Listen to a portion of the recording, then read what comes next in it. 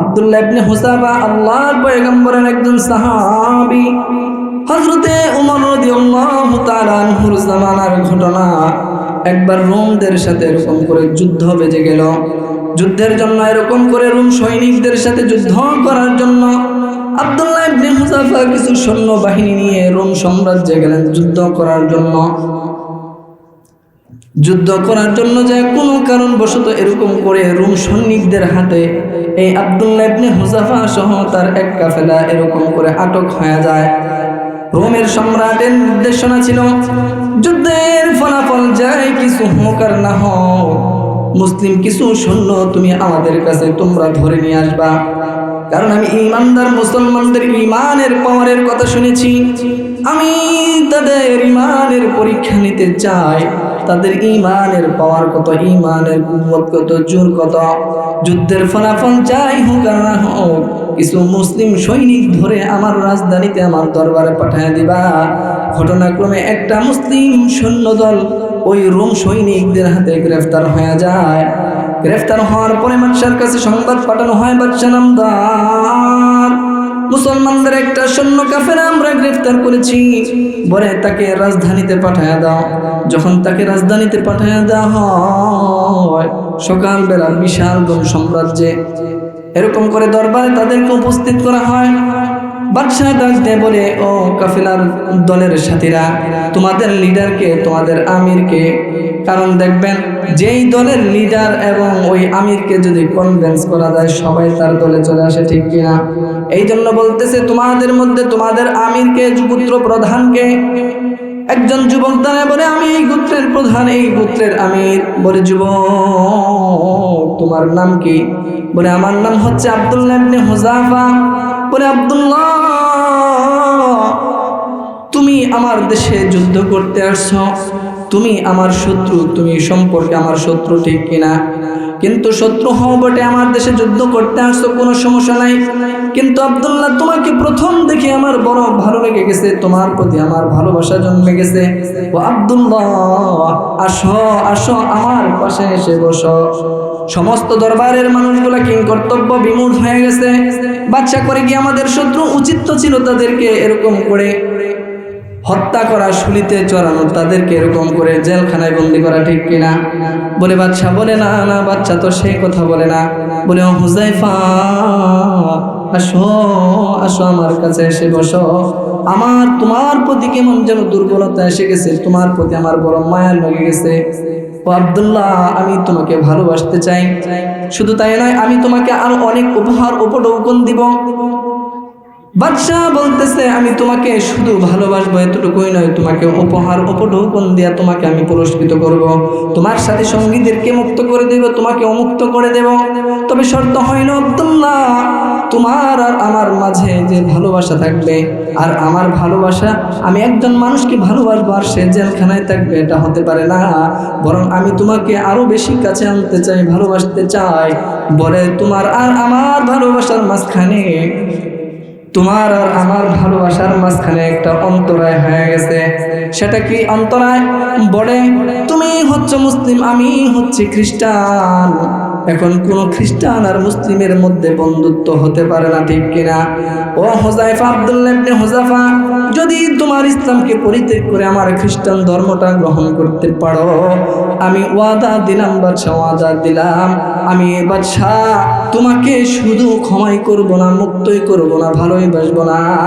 আমি বাদশা, তুমি যদি আমার এই প্রস্তাবটা গ্রহণ করে নাও, তাহলে আমি তোমাকে আমার কাছের করে নিব।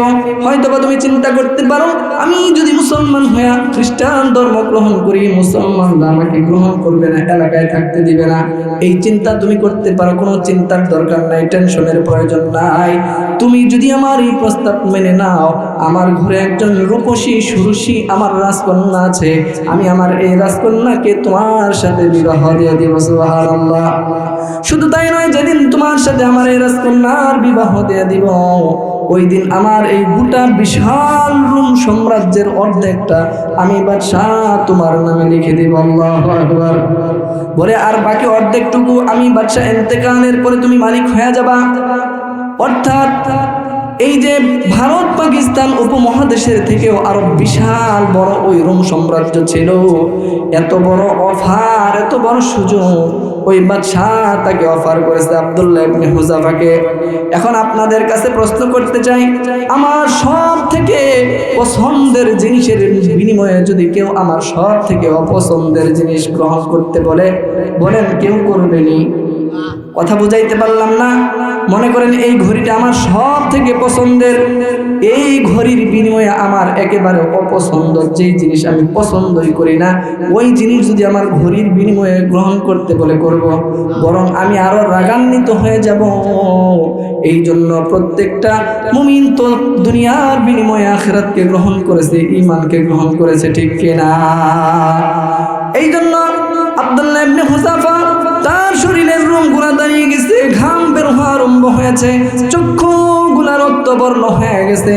এরকম রাগত সুরে ওই রোম সম্রাটকে এমন একটা ধমক দিয়েছে, ও রোমের কুকুর, তুই সামান্য তোর এই রোম সাম্রাজ্যের বিনিময়ে আমি হুযায়ফার ঈমানকে ক্রয় করতে চাস? না না না, গোটা পৃথিবীর মালিক যদি আমি হুযাফাকে বানায় দাও, আমি হুযাফা আমার ঈমান তোর কাছে বিক্রি করব না। বলেন সুবহানাল্লাহ। বাদশা অপমানিত হয়েছে কিনা? লজ্জায় অপমানে সে অন্দরমহলে চলে গেছে। অন্দরমহল থেকে হুকুম জারি করে দিয়েছে, ও সৈন্যবাহিনীরা, ওর ঈমানের কত পাওয়ার, ঈমানের কত জোর আমি দেখব। ওকে জেলখানায় আবদ্ধ করো, ওকে খাবারও দিবা না, পানিও দিবা না, ওকে এরকম করে জেলখানায় আবদ্ধ করে রাখো, ওর ঈমানের পাওয়ার কত আমি দেখব।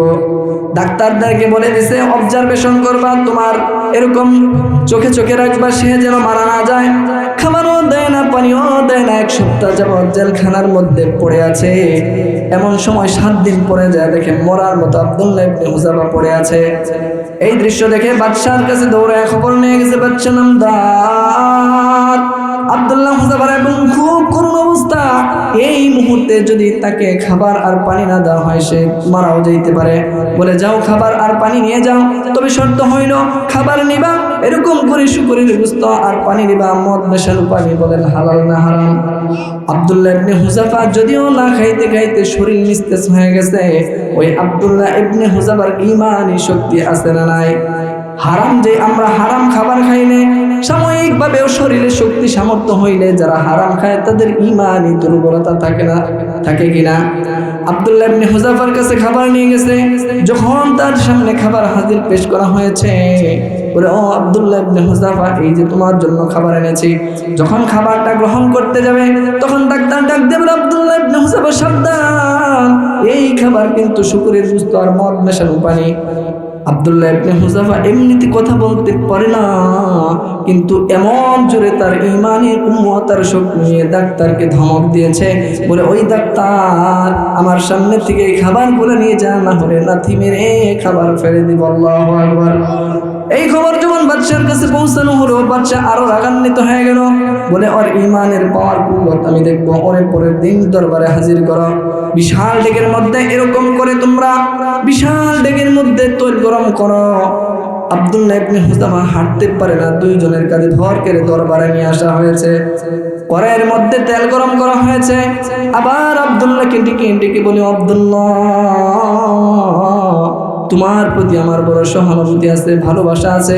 এখন পর্যন্ত সময় আছে, যদি তুমি আমার শর্ত মেনে নাও, আমি তোমার সাথে যে কমিটমেন্ট আর ওয়াদা আবদ্ধ হয়েছে আমি পূর্ণ করব। তুমি আমার এই খ্রিস্টান ধর্মটা গ্রহণ করে নাও। আব্দুল্লাহ ইবনে হুযাফা দাঁড়াইতে পারে না। বলে ও বাদশা, আজকে কোনো কিছুর বিনিময়ে আমার জীবনও যদি যায়, আমার জান যায়, যা কিছু যাক, আমি আমার ঈমান তোমার কাছে বিক্রি করব না। বাদশা মনে করছে হয়তো বা বুঝতে পারতেছে না, একজন মুসলিম কয়েদিকে জেলখানা থেকে ধরে এনে ওই গরম তেলের মধ্যে ছেড়ে দেওয়া হয়েছে তার চোখের সামনে। সাথে সাথে তার গোশত মাংসগুলা খুশে খুশে পড়ে গেছে, কঙ্কালটা ভেসে উঠেছে। বলে ও আব্দুল্লাহ ইবনে হুযাফা, এরপরে কিন্তু তোমার এই একটা পরিস্থিতি পরিণত হবে, এবারও সময় আছে, তুমি যদি চাও তোমার ঈমান ছেড়ে আমার ধর্ম গ্রহণ করো। আব্দুল্লাহ ইবনে হুযাফা তখনও বলে না না, আমার জীবন যেতে পারে, আমার যা কিছু আছে, যা করতে চাও করতে পারো, আমার ঈমান আমি তোমার কাছে বিক্রি করব না। এবার লক্ষ্য করে দেখলেন সাক্ষাৎ মৃত্যু দেখেও তার ঈমানকে এক বিন্দু পরিমাণ টলানো যায় না, ঠিক কিনা? ঈমানদারদের ঈমানের খবর তো তার কাছে নাই, কারণ একজন ঈমানদার জানে এই দুনিয়া থেকে যদি সে মৃত্যুবরণ করে, প্রত্যেকটা একজন সামান্য ঈমানদার যদি যারা পরিমাণ ঈমান নিয়ে আল্লাহর কাছে যাইতে পারে, আল্লাহ পাক রব্বুল আলামিন এই দুনিয়ার দুনিয়া সমান জান্নাতের মালিকানা বানিয়ে দিবেন যিনি, তিনি কে? এই জন্যই সামান্য পচা গান্দা দুনিয়ার লোভে কোনো মুমিন পড়তে পারে না, ঠিক কিনা? আব্দুল্লাহ ইবনে হুযাফা রাদিয়াল্লাহু তাআলা আনহু এই অবস্থা দেখে, বাদশা তো কিতাবী ছিল, বাদশা বুদ্ধিমান ছিল, বলে এই আব্দুল্লাহ ইবনে হুযাফাকে যদি আমি তেলের মধ্যে ফেলাই দেই, সে তো পরাজিত হবে না, সে বীর বিক্রমে সে এরকম করে মৃত্যুবরণ করবে, সে আমার সামনে পরাজিত হবে না। একটা মানুষ মরে গেলেই পরাজিত হয় না, ঠিক কিনা? একটা মানুষ মরে গেলেই কিন্তু শেষ হয়ে যায় না। একটা মানুষ কখন পরাজিত হয়? যখন তার নীতি আদর্শ থেকে বিচ্যুত হয়ে যায়, তখন সে পরাজিত, ঠিক কিনা? এই জন্য মুসলমান ভাইয়েরা আমার, সংক্ষিপ্ত করে বলতেছি, আব্দুল্লাহ ইবনে হুযাফাকে যখন এই ঈমানের এই অবস্থা দেখলো, তখন বাদশা কায়দা করে বলল, ওকে যদি মেরে ফেলি তারপরেও পরাজিত হবে না, আমি পরাজিত হয়ে যাব, ঠিক কিনা? এই জন্য বলে বাদশা, ও আব্দুল্লাহ ইবনে হুযাফা, যদি তুমি আমার কপালের মধ্যে একটা চুমু দিতে পারো, আমি একটা চুমুর বিনিময়ে তোমাদেরকে মুক্ত করে দেব। আব্দুল্লাহ ইবনে হুযাফা বলে, আমার জীবনের বিনিময়ে আমি তোমার কপালে, কাফেরের কপালে আমি চুমু দিতে পারি না, তবে একটা শর্ত হলো, যদি সমস্ত মুসলিম কয়েদিদেরকে তুমি মুক্ত করে দাও, ওই মুসলিম কয়েদিদের জীবনের বিনিময়ে আমি তোমার কপালে চুমু দিতে পারি। এই জন্য ঈমানদারের ঈমানের খবর কিন্তু কোনো কাফের বেঈমান মুশরিকদের নাই, ঠিক কিনা? আমার শ্রদ্ধেয় বড় ভাই পাশে বসে আছে, ঘটনা আরো লম্বা, সেই দিকে যাওয়ার সুযোগ নাই। ও মুসলমান, কি বুঝাইতে চাইলাম? ওই যে বলেছিলাম, সমস্ত আল্লাহ তাআলার যত বিধিবিধান আছে আমাদের জীবনে, বাস্তব জীবনে, সমস্ত হুকুম আহকাম একটা হুকুমের উপর নির্ভরশীল, কিনা? সেই হুকুমের নাম ঈমানের হুকুম। আর ঈমানটা কেমন হইতে হবে? আব্দুল্লাহ ইবনে হুযাফার মতো ঈমান যদি আনতে পারো, তাহলে কোনো কিছুই তোমাকে ঈমান থেকে বিচ্যুত করতে পারবে না, ঠিক কিনা? এই জন্য ঈমানদাররা মৃত্যুকে ভয় পায় না, ঠিক কিনা? কারণ ঈমানদাররা জানে, যদি মৃত্যুই একমাত্র আমার রবের সাথে মুলাকাত করার মাধ্যম। এই জন্য প্রত্যেকটা মুমিনের চাহিদা, আল্লাহ যখন তুমি আমাকে দুনিয়া থেকে উঠিয়ে নিবা, ঈমানের সাথে নিও, ঠিক কিনা? এই জন্য মুসলমান ভাইয়েরা আমার, এই দুনিয়ার জমিনেও সেম ঘটনাগুলাই ঘটতে থাকে। যদি কোনো নেতা, কোনো নেত্রী কাউকে যদি কনভিন্স করতে চায়, প্রথমে প্রলোভন দেখায়। আব্দুল্লাহ ইবনে হুযাফাকে দেখাইছে, ঠিক কিনা? তারপরে আস্তে আস্তে প্রেসার ক্রিয়েট করে, তারপরে খাবার বন্ধ করে দেয়, তারপরে মৃত্যুর ভয় দেখায়। কিন্তু একজন ঈমানদার কিন্তু মৃত্যুর সামনে ওই আল্লাহ তাআলার সাথে মিলিত হবে এমন একটা বিষয়কে কখনোই ভয় করতে পারে না। চিল্লায় বলেন, ঠিক কিনা? শিবে আবু তালিব সে কারাগার, কাটলো সেথায় তোমার বহুদিন হলো পার। শিবে আবু তালিব সে কারাগার, কাটলো সেথায় তোমার বহুদিন হলো পার। না খেয়ে না ঘুমে কত রাত কেঁদে কেঁদে, না খেয়ে না ঘুমে কত রাত কেঁদে কেঁদে, দিন কায়েমের তরে ধৈর্য ধরে ধরে। হে রাসূল,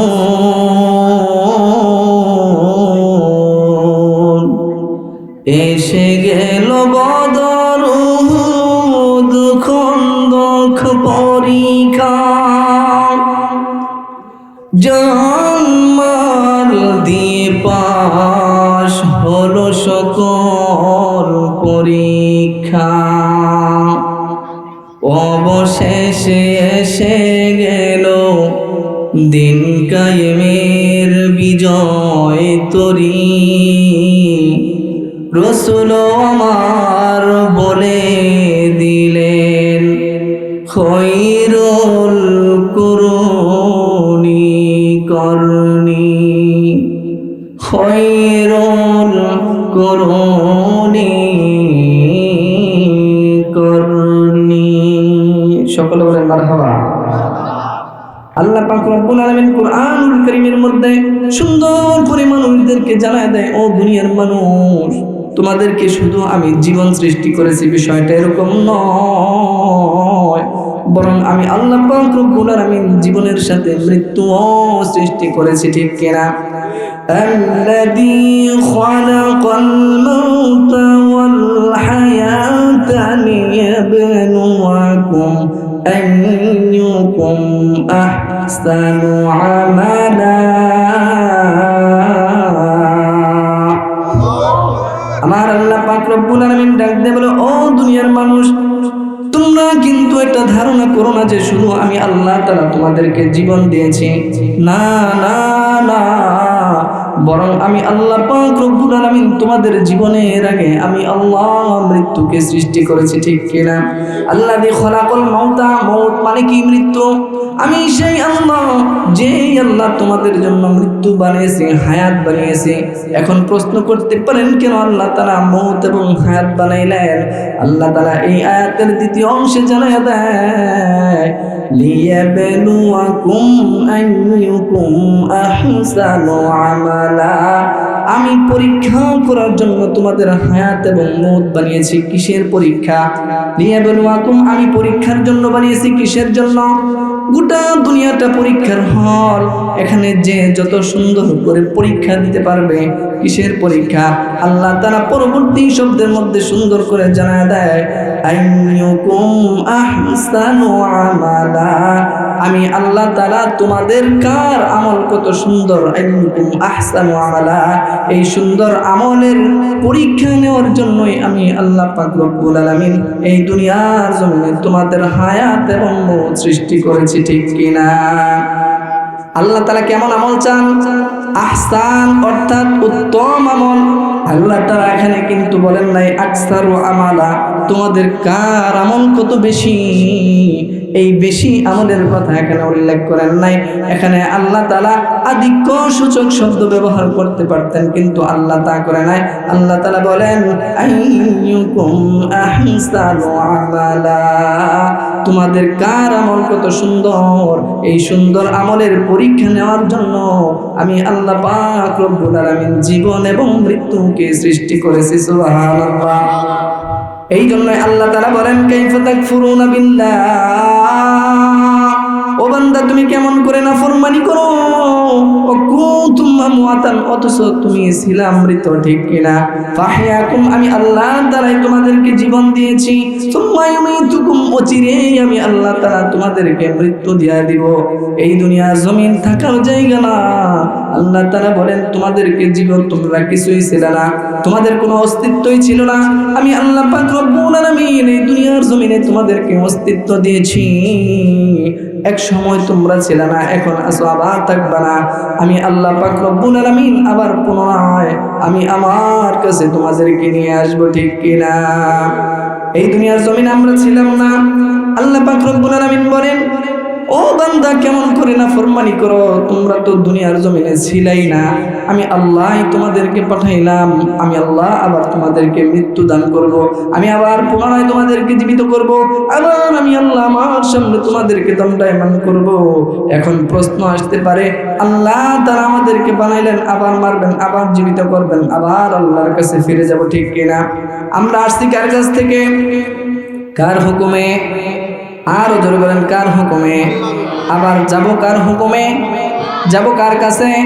আল্লাহর কাছ থেকে এসেছি, আল্লাহর হুকুমে এসেছি, আবার আল্লাহর কাছে আল্লাহর হুকুমেই যাব। আর মাঝখানের জীবন জিন্দেগি কাটাবো নিজেদের মতো। আছে না নাই? মাঝখানে এই যে ইহকালীন বাস্তব জীবনটা আমরা নিজেদের মতো কাটাই কি কাটাই না? আল্লাহ তাআলা বলে, ও দুনিয়ার মানুষ, তোমরা নিজেদের মতো নিজেদের জীবন জিন্দেগি কাটাইলে হবে না। যেহেতু আমি আল্লাহর হুকুমে আসতো, আমি আল্লাহর হুকুমে আসবা, এই জন্য মাঝখানের জীবন জিন্দেগিটাও তোমাকে কাটাইতে হবে আমি আল্লাহর হুকুম মতো, ঠিক কিনা?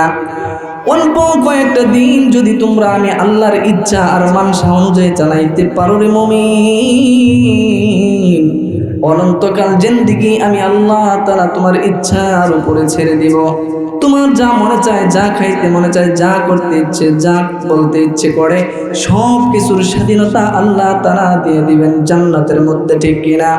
যদি অনন্তকাল জিন্দেগি সুখ শান্তি নিজের ইচ্ছা অনুযায়ী চালাইতে চাও, এই দুনিয়ার জমিনটা নিজের ইচ্ছা মতো চালাইলে হবে না। এই দুনিয়ার জিন্দেগিটা যদি আল্লাহর ইচ্ছায় চালাইতে পারো, আল্লাহ তাআলা তোমাকে স্বাধীনতা দিয়ে দিবে, বান্দা তুমি যেইভাবে ইচ্ছা সেইভাবে চলতে পারো, ঠিক কিনা?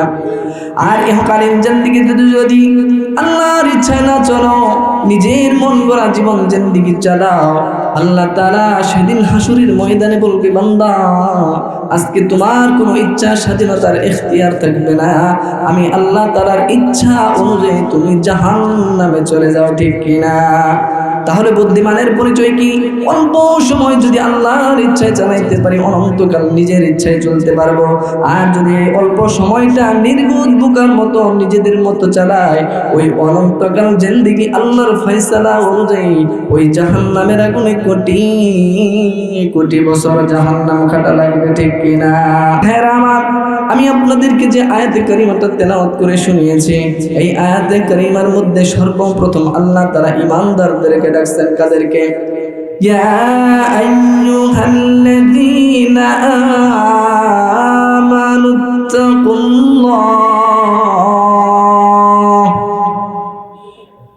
ও ঈমানদারেরা, আল্লাহ তাআলা এখানে কাদেরকে ডাকছেন? ঈমানদারদেরকে ডাকছেন। ও ঈমানদারেরা, আল্লাহ তাআলা ঈমানদারদেরকে সম্বোধন করে বলে, আমি আল্লাহকে ভয় করো, আমি আল্লাহ তাআলাকে ভয় করো, ও কুনু মা'আস সাদিকিন, এবং সত্যবাদীদের সংস্পর্শে যাও। কেন রে মুমিন? যদি তুমি মিথ্যাবাদীদের সংস্পর্শ লাগায় দাও, মদ জোয়ার এরকম করে চাষ্টলে বসে জিন্দেগি কাটায় দাও, তাহলে তুমি ওই মিথ্যাবাদীদের দলভুক্ত হয়ে যাইবা। পয়গম্বর আমার হাদিসের মধ্যে জানায় দেয়, আলমারউ মা মান আহাব্বা ওয়া আনতা মা'আল্লাযী আহবাবতা, যে ব্যক্তি যাদেরকে মোহাব্বত করবে, ভালোবাসবে, তাদের দলভুক্ত হয়ে যাবে। আর আল্লাহর নবী বলেন, মান তাশাব্বাহা বিকওমিন ফাহুয়া মিনহুম, যদি তোমরা যাদের সাদৃশ্য গ্রহণ করবা, যাদের অনুকরণ করবা, আমি আল্লাহ তাআলা তাদের দলভুক্ত হিসেবেই তোমাদেরকে গণনা করব। সুতরাং সিদ্ধান্ত তোমার, তুমি সত্যবাদী উলামায়ে কেরামের সাথে তুমি সংস্পর্শ লাগাইবা না, ওই জোয়ারু আর মদারুর সাথে তুমি তোমার সম্পর্ক লাগাইবা, তোমার সিদ্ধান্ত তোমার, ঠিক কিনা? এই জন্য আল্লাহ তাআলা কুরআনুল কারীমে কোথাও আমাদেরকে কাফের, বেঈমান, মুশরিক, কোথাও গুনাহগার বলে ডাক দেন নাই। প্রতিবার আল্লাহ তাআলা প্রেম আর ভালোবাসা মুহাব্বত নিয়া ঈমানদার বলে রেখেছেন। কি বলে রেখেছেন? আমাদের এখানে যারা আছে, আমাদের গুনাহ আছে না নাই? পাপ করেছি কিনা? আমাদের জীবনে কত গুনাহ করেছি, কত পাপ করেছি, কিন্তু কোরআনের কোথাও আল্লাহ পাক রব্বুল আলামিন ওই বান্দাদেরকে গুনাহগার বলে ডাক দেন নাই, ঠিক কিনা? গুনাহগার বলে ডাক দিয়েছেন। আল্লাহ তাআলা কোরআনের বিভিন্ন জায়গায় বলছেন, ইয়া আইয়ুহাল্লাযীনা আমানু, ইয়া আইয়ুহান নাস কুল ইয়া ইবাদি।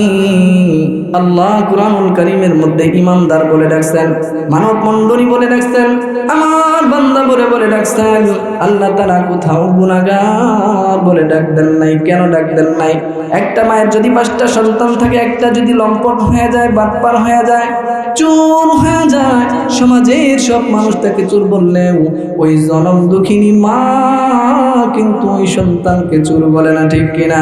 সমাজের সবাই সময় তাকে তাড়া দিলে ওই জনম দুঃখিনী মা কিন্তু তাকে তাড়া দেয় না। সন্তান যদি বাড়ি না আসে ওই সন্তানকে সন্ধ্যাবেলা মা পাগলের মতো পাড়া মহল্লায় খুঁজতে থাকে, ঠিক কিনা? এই জন্য মার ভিতরে সন্তানের জন্য আমার কলিজায় প্রেম আর ভালোবাসা থাকার কারণে যদি মা সন্তানকে চোর বলে না,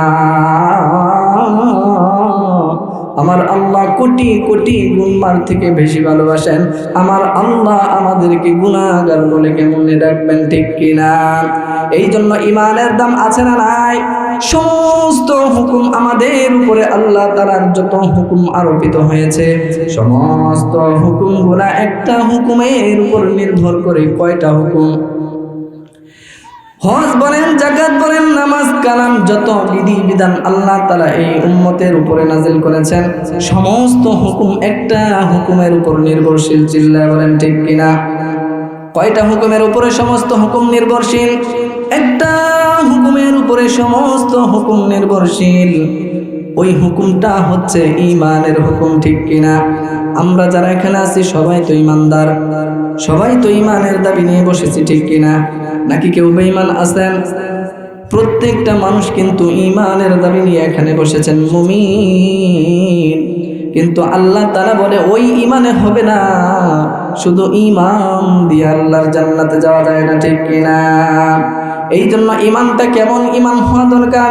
আল্লাহ পাক রব্বুল আলামিন কুরআনুল কারীমের মধ্যে এই ঈমানদারদেরকে ডেকে ডেকে বলে, আল্লাহ তাআলা বলে, ও দুনিয়ার মানুষেরা রে, উদখুলু ফিস সিলমি কাফা ইয়া আইয়ুহাল্লাযীনা আমানু, ও ঈমানদারেরা, উদখুলু ফিস সিলমি কাফা, ও ঈমানদারেরা তোমরা এরকম করে ইসলামের মধ্যে প্রবেশ করো। কিসের মধ্যে? মুসলমান তো আগে থেকে ইসলামের মধ্যেই থাকার কথা, ঠিক কিনা? কিন্তু তারপরে আল্লাহ তাআলার এই রহস্যময় ঘোষণা কেন? কথাগুলো দেন দিয়ে বোঝার চেষ্টা করবেন। এই দুনিয়ার জমিনে আমাদেরকে ঈমানদার বলে রাখছেন, শুরুতে কি বলছেন? নাকি কাফেরদেরকে ইসলামে ঢুকতে বলছেন? না না না, আমার আল্লাহ তাআলা বলে, ও ঈমানদারেরা তোমরা ইসলামের মধ্যে প্রবেশ করো। কেমন করে প্রবেশ করবা? কাফা, পরিপূর্ণভাবে প্রবেশ করতে হবে। নামাজ পড়লা, রোজা রাখলা না, আল্লাহ তাআলা বলে উদখুলু ফিস সিলমি কাফা। নামাজ পড়লা, রোজাও রাখলা, হজ করলা না, আল্লাহ তাআলা আবার বলেন উদখুলু ফিস সিলমি কাফা। হজ করলা, নামাজ পড়লা, রোজা রাখলা, কিন্তু তুমি পর্দা করলা না, আল্লাহ তাআলা আবার ডেকে ডেকে বলেন উদখুলু ফিস সিলমি কাফা। অর্থাৎ তোমাকে পরিপূর্ণভাবে ইসলামে প্রবেশ করতে হবে, ঠিক কিনা? কেমন ভাবে? আপনাকে যদি বলা হয় তুমি পরিপূর্ণভাবে একটা ঘরের ভিতর ঢুকে যাও, এখন যদি একটা পা ঘরের ভিতর থাকে আরেকটা বাহিরে থাকে, আপনাকে পরিপূর্ণ ঢোকা হয়েছে? কিংবা পুরোটাই ঢুকছেন, আপনার একটা চুল বের হয়ে আছে, তারপরে পরিপূর্ণ হয় নাই। কিংবা আপনি ঢুকছেন, আপনার এই কাপড়ের আস্তিনটা, চাদরটা বাহিরে বের হয়ে আছে, তারপরে পরিপূর্ণ হয় নাই।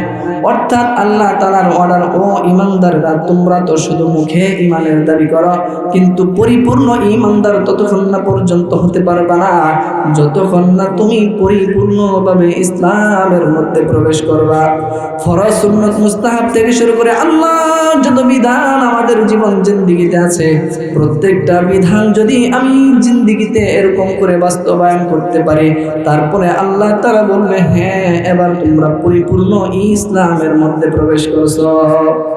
ইসলামের মধ্যে প্রবেশ করার দরকার আছে না নাই? ইসলামের মধ্যে যদি পরিপূর্ণ প্রবেশ করতে চাও রে মুমিন, একটা বাদ দিয়ে অন্যটা করলে কিন্তু হবে না। এই জন্য মুসলমান ভাইয়েরা আমার, দিলটাকে নরম করে দাও। কেমন ঈমান আনতে হবে? এখানে আমরা যারা সবাই কিন্তু ঈমানদার, ঠিক কিনা? এখানে কিন্তু কেউ বেঈমান হয়ে বসি নাই। আমরা সবাই আমাদের মুখের দাবিতে ঈমানদার, কিন্তু প্রকৃত ঈমান আর সফল মুমিন কিন্তু হতে পারি নাই। এই দুনিয়ার জমিনে যারা ব্যবসা করে, তারা অল্প সময়ে অল্প পুঁজি লাগায় যদি অনেক টাকার মালিক হয়ে যায়, তাদেরকে সফল বলি, ঠিক কিনা? রাজনীতির মাঠে যদি এরকম করে একজন মানুষ চেয়ার কর্তৃত্ব, নেতৃত্ব পেয়ে যায়, রাজনীতির মাঠে আমরা তাকে সফল বলি, ঠিক কিনা? কিন্তু আল্লাহ তাআলা বলেন, না না না, প্রকৃত সফল হচ্ছে ওই সমস্ত মানুষ যাদেরকে আমি আল্লাহ তাআলা জাহান্নাম থেকে বাঁচায়া দিলাম আর জান্নাতে দাখিল করলাম। ওই সমস্ত মানুষ একমাত্র শুধুমাত্র সফল বলে নিজেদেরকে দাবি করতে পারে, ঠিক কিনা? দুনিয়ার মানুষের সংজ্ঞায় যারা অল্প সময়ে অল্প পুঁজি খাটায় অনেক টাকার মালিক হয়ে যায় তাদেরকে সফল বলতে পারি। গভর্নমেন্ট সার্ভিস দিতে যে উচ্চ পদস্থ যদি একটা চাকরি পায় নিজেকে সফল মনে করি, ইউরোপ আমেরিকাতে সিটিজেনশিপ পেয়ে গেলে নিজেদের জিন্দেগির সফলতা মনে করি। আল্লাহ পাক রব্বুল আলামিন বলে না না না, তোমাদের সংজ্ঞায় এই সমস্ত দুনিয়াদাররা সফল হইল, তোমরা শুনে রাখো আমি আল্লাহর সংজ্ঞায় সফল হলো অন্যরা। আল্লাহ তাআলা এই কথাটা কুরআনুল কারীমের মধ্যে সুন্দর করে এই উম্মতদেরকে জানায়া দেয়। আল্লাহ পাক রব্বুল আলামিন বলেন, ফামান যুহজিহা আনিন নার ওয়া উদখিলাল জান্নাতা ফাকাদ ফাজ।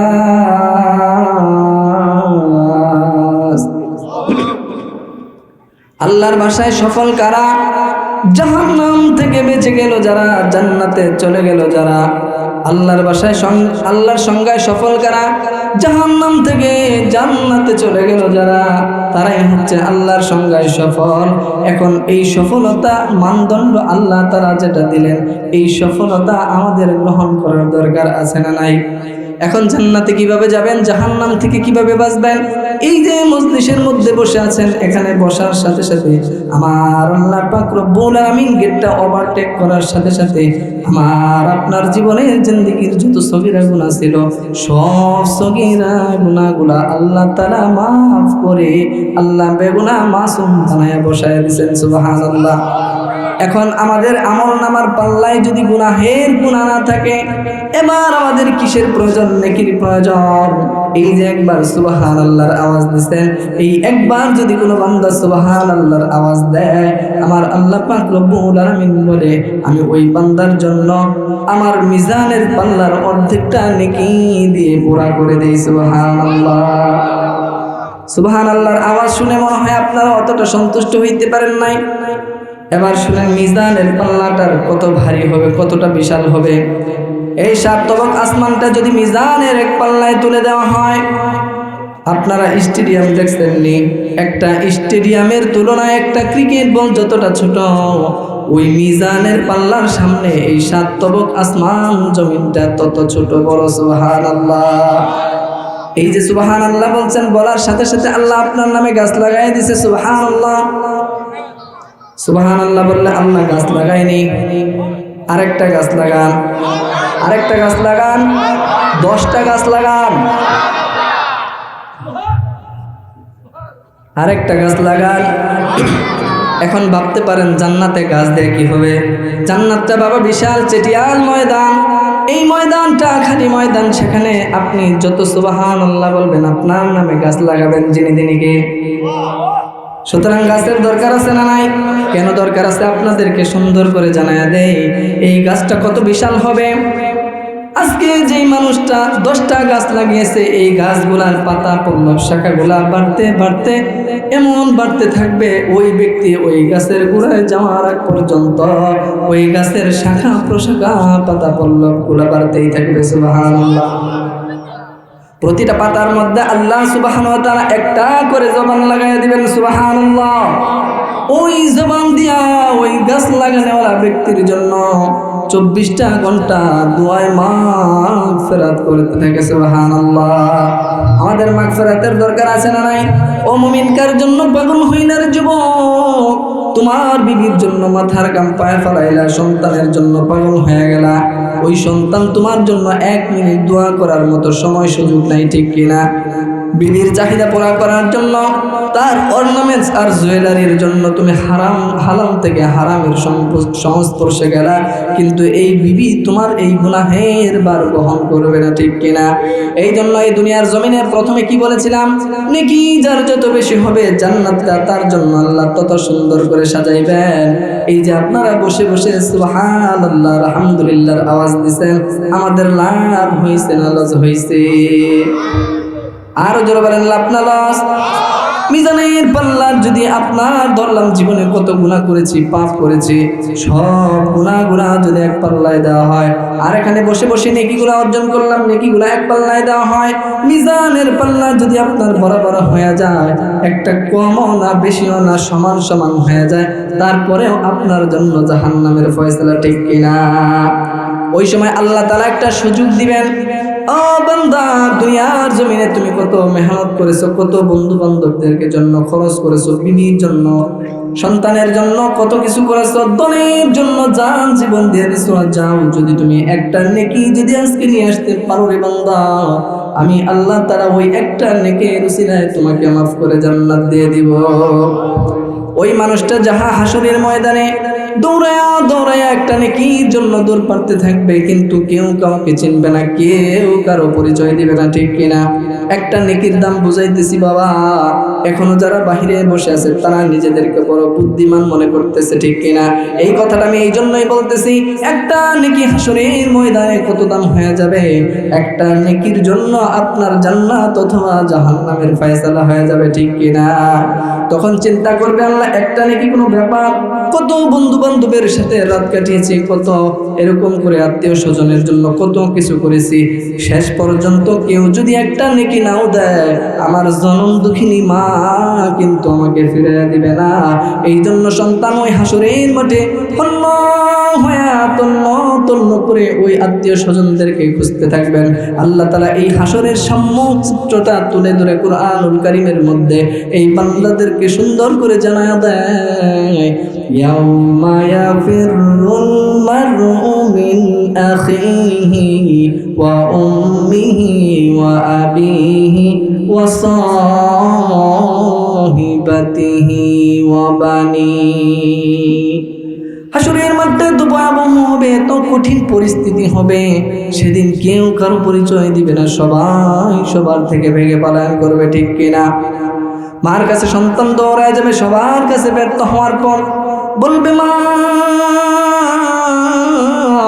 আমি তোমার সেই সন্তান, দুনিয়ার জমিনে তুমি আমাকে 10টা মাস পেটে লালন করেছ, প্রসবের বেদনা সহ্য করেছ, 2.5 মাস পর্যন্ত দুধের বুকের দুধ পান করে লালন পালন করছো, মাটিতে এখন আই পিঁপড়ে খাবে, মাথাও ওঠায় নাই তোমার উপরে খাবে, মা নিজে না খায়া পেট বাইরে আমাকে খাওয়াইতা, আমার জ্বর আসলে সারা রাত আমার শিয়রে বসে থাকতা, আল্লাহর কাছে ফরিয়াদ করতা, রব্বুল আলামিন আমার সোনামণির গায়ে যত জ্বর আছে ব্যথা আছে আমি মায়ের গায়ে দাও, বিনিময়ে আমার সন্তানকে সুস্থ করে দাও, ঠিক কিনা? সেই জনম দুঃখিনী মার কাছে যাবে, মা তাকে তাড়ায় দিবে, বলবে না না, দুনিয়ায় আমার কোনো সন্তান ছিল না, বলবে আমি তো অমুকের সন্তান, অমুক, আমার বাবা অমুক, আমার বাবাকেও আপনি বড় মহব্বত করতেন, ভালোবাসতেন, বলবে না না না, সন্তান তো দূরের কথা, পৃথিবীতে আমার কোনো বিবাহ হয় নাই, ঠিক কিনা?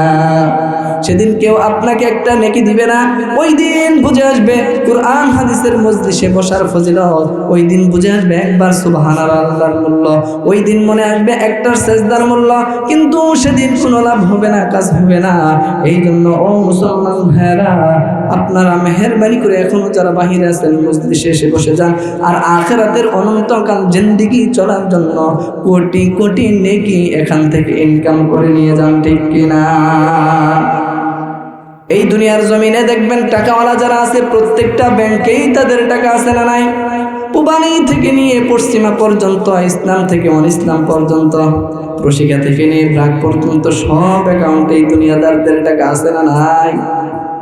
আখিরাতের ভিআইপি পারসন যারা হবে, নামাজের ব্যাংকে কোটি কোটি নেকি, সুন্নতের ব্যাংকে কোটি কোটি নেকি, তাহাজ্জুদের ব্যাংকে কোটি কোটি নেকি, কোরআন হাদিসের মজলিসে বসার কোটি কোটি নেকি, দান সদকার ব্যাংকে কোটি কোটি নেকি, এই যে কোটি কোটি নেকি যারা অর্জন করে আখিরাতে যাইতে পারবে, তাদের জান্নাতটা ওরকম করে ভিআইপি করে সাজায়া দিবেন যিনি, তিনি কে? যেই কথা বোঝাইতেছিলাম রে, ইমানের কত দাম, সমস্ত হুকুম নিয়তের উপর নির্ভরশীল, একটা হুকুমের উপর নির্ভর করে, সেই হুকুমের নাম হচ্ছে ইমানের হুকুম। এই ইমানটা কয়টা জিনিসে পরিপূর্ণ হয়? 7টা জিনিসে ইমান পরিপূর্ণ হয়, 5টা জিনিসে এরকম করে আপনার ইসলাম পরিপূর্ণ হয়। কয়টা জিনিস ইসলাম পরিপূর্ণ হয়? 5টা জিনিসে ইসলাম পরিপূর্ণ হয়, আর 7টা জিনিসে ঈমান পরিপূর্ণ হয়। আমাদেরকে এই 5টা জিনিস অর্জন করতে হবে, ঠিক কিনা? নবীজি আলাইহিস সালাতু ওয়াস সালাম বলেন, বুনিয়াল ইসলামু আলা খামসিন, শাহাদাতি আল্লাহ ইলাহা ইল্লাল্লাহ ওয়া আন্না মুহাম্মাদান আবদুহু ওয়া রাসূলুহু ওয়া ইকামিস সালাহ ওয়া ইতাইজ যাকাহ ওয়াল হজ্জি ওয়া সাওমি রমাদান। পয়গম্বর ডেকে ডেকে বলেন, ও ঈমানদারেরা, তোমরা শুধু ঈমান দিয়ে আমার জান্নাতে যেতে পারবে না। তোমাদের যদি ঈমান তোমরা আনয়ন করো, ঈমান আনয়নের পরে তোমাদেরকে ইসলামের 5টা বুনিয়াদ ভিত্তি তোমার জীবনে বাস্তবায়ন করা লাগবে, ঠিক কিনা? 2টা সাক্ষী। কয়টা সাক্ষী? 2টা সাক্ষী। 1 নম্বরের সাক্ষী হচ্ছে আল্লাহ পাক রব্বুল আলামিন ছাড়া আমাদের কোনো উপাস্য নাই, ইলা নাই, আর হযরতে মুহাম্মদুর রাসূলুল্লাহ সাল্লাল্লাহু আলাইহি ওয়াসাল্লাম তার রাসূল। ইকামিস সালাহ, নামাজ কায়েম করা, ওয়া ইতাইজ যাকাত, যাকাত প্রদান করা, ও সাওমি রমাদান, এবং রমজানের রোজা রাখা। এই 5টা জিনিস যার মধ্যে পরিপূর্ণভাবে থাকবে, সে ওই উদখুলু ফিস সিলমি কাফা, সে পরিপূর্ণভাবে ইসলামের মধ্যে প্রবেশ করবে, ঠিক কিনা? ঈমান অর্থ কি?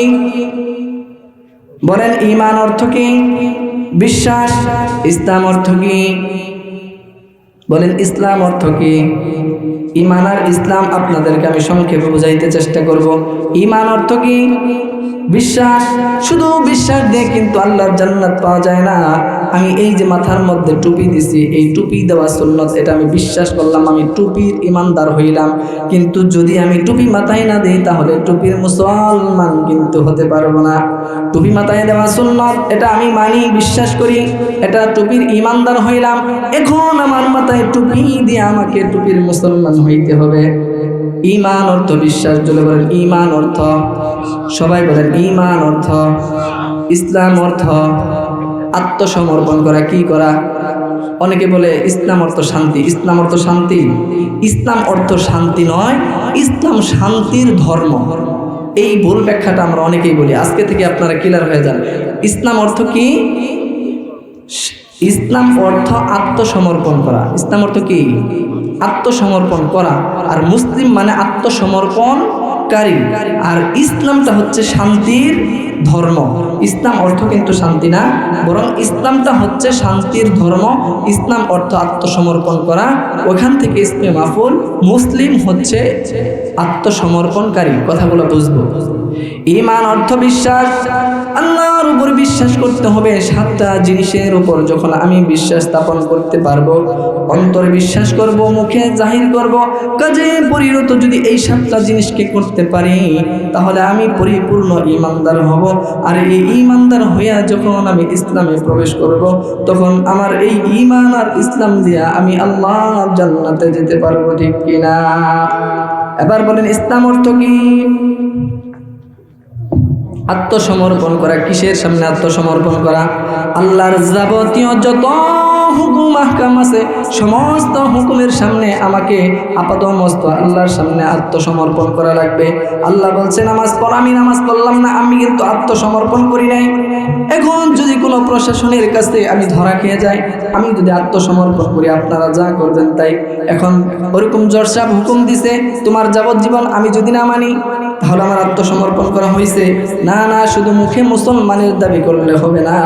মুসলমানদের যত বিধি বিধান বাস্তব জীবনে বাস্তবায়ন করবা, তাহলে তুমি উদখুলু ফিস সিলমি কাফার অন্তর্ভুক্ত হয়ে যাবা, ঠিক কিনা? এই জন্য শুধু ঈমান দিয়ে হবে না। এই জন্য আল্লাহ পাক রব্বুল আলামিন কুরআনুল কারীমের অন্যত্র আয়াতে জানায়া দেয়, ইয়া আইয়ুহাল্লাযীনা আমানু আমিনু। আল্লাহ তাআলা ঈমানদারকে ডাকতেছেন, ইয়া আইয়ুহাল্লাযীনা আমানু আমিনু, বলে ও ঈমানদারেরা ঈমান আনো। কথাটা কেমন যেন অযৌক্তিক হয়ে গেল, ঠিক কিনা? যে নামাজ পড়ে না তাকে বলা যায় নামাজ পড়ো। কথা বুঝেন? যে নামাজ পড়ে না তাকে বলা যায় নামাজ পড়ো। যে রোজা রাখে না তাকে বলা যায় রোজা রাখো। যে যেই কাজটা করে না তাকে সেটার সম্বোধন করা যায় করো। কিন্তু আল্লাহ তাআলা এই রহস্যময় ডাকটা কেন দিলেন, এই রহস্যটা জানার দরকার আছে না নাই? আমরা ইমানদার কিনা? আল্লাহ তাআলা শুরুতেই কি বলছেন, ইয়া আইয়ুহাল্লাযীনা আমানু, ও ইমানদারেরা, যারা তোমরা ঈমান এনেছো, আমি আল্লাহর উপর বিশ্বাস করেছো, তোমরা ঈমান আনো। এই কথার মধ্যে ভেজাল আছে না নাই? রহস্য আছে না নাই? এই রহস্য উদ্ঘাটন করার দরকার আছে না নাই? আমি আপনাদেরকে এখানে যারা আছেন, কে কে ঈমানদার, দুইটা হাত তুলে দেখান। আর জোরে হাত তুলে দেখান, হাতটা একটু নাড়া দেন। আমরা সবাই তো ঈমানদার, হাত নামান। তাহলে আমরা সবাই কিন্তু ঈমানদার, ঠিক কিনা? এখন এখানে কে কোন ক্লাসের ঈমানদার, কে কামেল মুকাম্মাল ঈমানদার, এটা কি কেউ বলতে পারবেন? শুধু আপনারা নয়, ওই যে দেখেন চা স্টলে চা খাইতেছে আর শয়তানের লেঞ্জা টানতেছে, পায়ের উপর পা উঠায়া ফতোয়াবাজি করতেছে, নামাজ না পড়লে কি হবে, আমার ঈমান ঠিক আছে, এমনও কিছু মুফতি সাহেব চা স্টলে আছে না নাই? সেও তো ঈমানদার, কিন্তু এক ওয়াক্ত নামাজ পড়ে না। ওরে মুমিন, আল্লাহ তাআলা এখানে কেমন করে এমন রহস্যময় ডাকটা দিলেন, ও ঈমানদারেরা ঈমান আনো। কারণ যে ঈমান তুমি দাবি করতেছো এটা আমার মেনে নিতে বাধ্য, ঠিক কিনা? প্রত্যেকটা জিনিস পরিমাপ করার জন্য একটা থার্মোমিটার আছে, একটা পরিমাপক আছে। জ্বর মাপার জন্য একটা থার্মোমিটার বিজ্ঞানীরা বানিয়েছেন, ঠিক কিনা? এখন কথা হলো, আমাদের কাছে তো ঈমান মাপার কোনো থার্মোমিটার নাই। এই জন্য তারা বলে আমার ঈমান আছে, নামাজ না পড়লে রোজা রাখলেও কি হবে? রমজান মাসে দোকানের বুরকা পরে সেখানে পেঁয়াজি আর এরকম করে চা খায় আর বলে ঈমান ঠিক আছে। আমাদের কাছে তো সেই রাটার নাই, সেই থার্মোমিটার নাই, যেই থার্মোমিটারের মধ্যে ওই সমস্ত মুফতিয়ানে কেরামের ঈমানকে পরিমাপ করবো, ঠিক কিনা? তাহলে কোন ঈমানদারের কথা শুরুতে বললেন এবং কোন ঈমান আনতে বললেন জানার দরকার আছে না নাই? আল্লাহ পাক রব্বুল আলামিন ওই সমস্ত ঈমানদার যারা দাবিদার ঈমানদার, সেই ঈমানদারদেরকে প্রথমেই ডাকছেন, ইয়া আইয়ুহাল্লাযীনা আমানু, ও ঈমানদারেরা রে, তোমরা যারা নিজেদেরকে ঈমানদার দাবি করো, মূলত প্রকৃত ঈমানদার তোমরা কামেল সফল মুমিন তোমরা হতে পারো নাই। কারণ তোমরা তো দাবি করতেই পারো, কিন্তু প্রকৃত ঈমানদার কারা, সেই থার্মোমিটার আমরা আজকে নির্ণয় করতে চাই কিনা? আজকে ঈমান মাপার পরিমাপক নিয়ে যাইতে চাই কি চাই না? এখন আসেন যে ওই যে আপনারা এখানে বললেন সবাই আমরা ঈমানদার, ঈমানের দাবি নিয়ে বসেছি, কিন্তু আমার কথা হলো, যেই ঈমান ওই চায়ের মজা থেকে, ওই কম্বলের নিচে আরামের বিছনা থেকে, যেই ঈমান তোমাকে মসজিদের জায়নামাজে আনে না, যেই ঈমান তোমাকে চা স্টলের চা খাওয়া থেকে, বিড়ি সিগারেট টানা থেকে, জোয়ার আড্ডা থেকে, কোরআন হাদিসের মজলিসে আনতে পারে না, তুমি কেমন করে ওই ঈমান দিয়া আমার আল্লাহ জান্নাতে যেতে চাও, ঠিক কিনা? আরামের বিজনেস ছেড়ে তোমার যে ঈমান মসজিদের মুসল্লায় আনতে পারে না, জায়নামাজের কাতারে তোমাকে দাঁড় করাইতে পারে না, ওই ঈমান দিয়ে বাবা তুমি জান্নাতে যেতে পারবে না। তাহলে জান্নাতে যেতে চাইলে কেমন ঈমান দরকার? এই কথাটা আল্লাহ পাক রব্বুল আলামিন, ও যুবক ভাইরা, এই আয়াতের আলোচনা আমি করে যাইতেছি, আমার ঈমান আছে না গেছে এই প্রমাণ আমি আপনাদেরকে দেই। ও যুবক, হাতে একটা মুঠোফোন আছে, স্মার্টফোন আছে, আমার নবীজি আলাইহিস সালাতু ওয়াস সালাম সুন্দর করে একটা রাডার আমাদেরকে দিয়েছেন, একটা এরকম করে ঈমান মাপার পরিমাপক আমাদেরকে দিয়েছেন। নবীজি আলাইহিস সালাতু ওয়াস সালাম বলেন, ইদা সাররাতকা হাসানাতুকা, যদি নেক কাজ তোমাকে আনন্দিত করে, যদি মসজিদে গেলে তুমি আত্মতৃপ্তি লাভ করো, চা স্টলে জোয়ার আড্ডায় মদের আড্ডায় গেলে তোমার মনটা পেরেশান হয়ে যায়, ইদা সাররাতকা হাসানাতুকা ওয়া ইদা সাআতকা সাইয়্যাতুকা ফাআনতা মুমিন।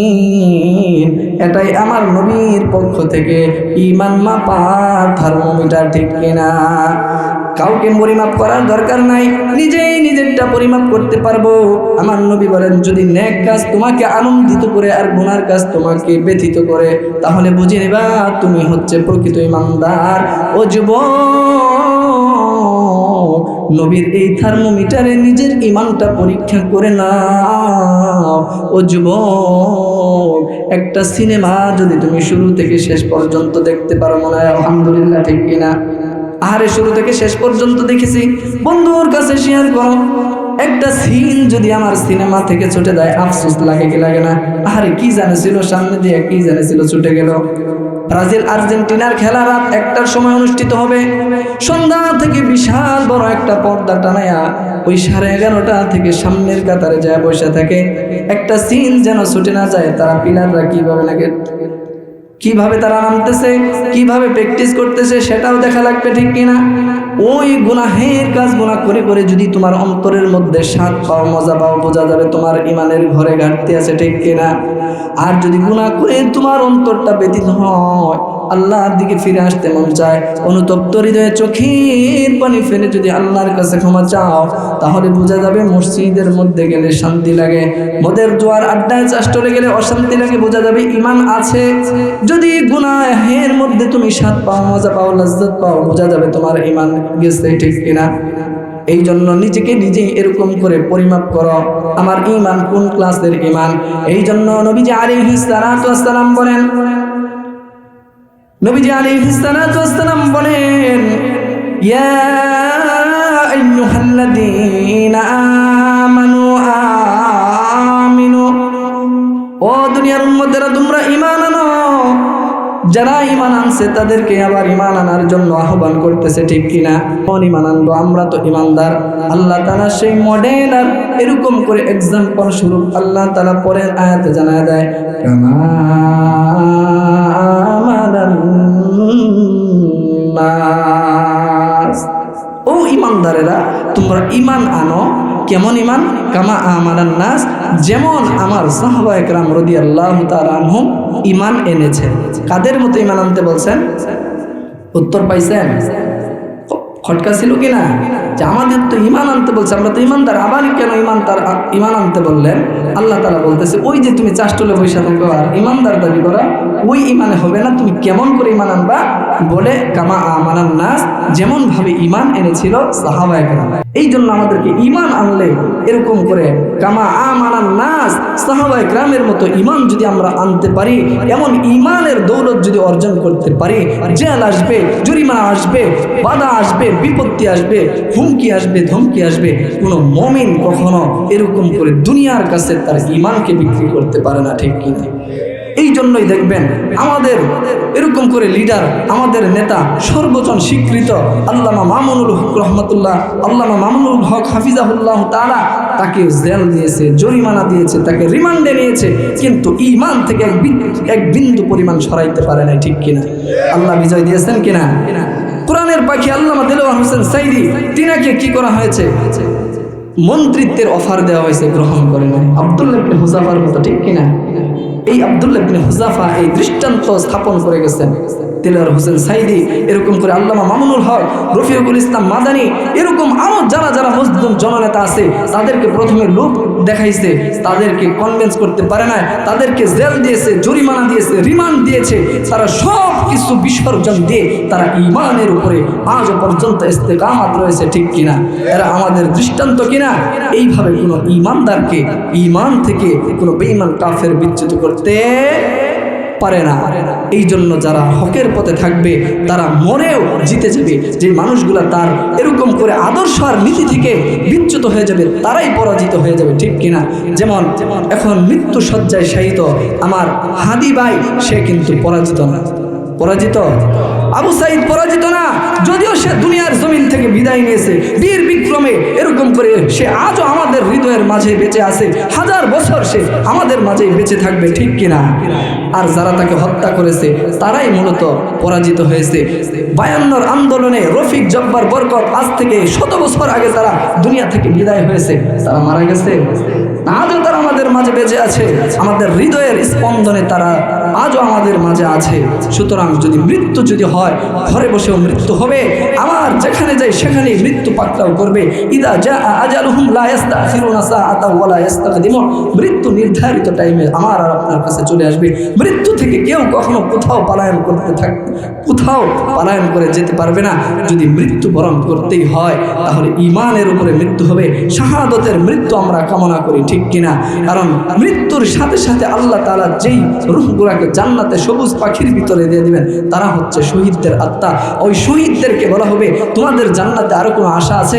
বলে আমাদের জান্নাতে আর কোনো চাহিদা নাই। আল্লাহ তুমি আবার আমাকে দুনিয়ার জমিনে পাঠাও, আমাকে আরেকটা জীবন দাও, আমি আবার তোমার জন্য যুদ্ধ করব, জিহাদ করব, শহীদ হব, আবার পাঠাবা, আবার যুদ্ধ করব, শহীদ হব, আবার পাঠাবা, আবার দিনের জন্য রক্ত ঝরাবো, যুদ্ধ করব, আবার শহীদ হব, এভাবে শতবার আমাকে দুনিয়ায় পাঠাবা। একজন জান্নাতি শহীদের তামান্না এটাই, জান্নাতের কোনো নাজ নিয়ামত যাবে না, সে বারবার শহীদি তামান্না আল্লাহর কাছে পেশ করবেন। চিন্তা করেন ঠিক কিনা? আমরা মরবো তো আল্লাহর কাছে শাহাদাতের মৃত্যু চাবো। আল্লাহুম্মা রযুকনা শাহাদাতান ফি সাবিলিক ওয়াজআল মাউতানা ফি বালাদি রাসূলিক। হে আল্লাহ, আপনি যদি মৃত্যু দেন শাহাদাতের মৃত্যু দেন, আপনি যদি মৃত্যু দেন মক্কা মদিনার পবিত্র মাটিতে মৃত্যু দেন। সকলে বলুন আমিন। ওয়া আখিরু দাওয়ানা আলহামদুলিল্লাহি রাব্বিল আলামিন।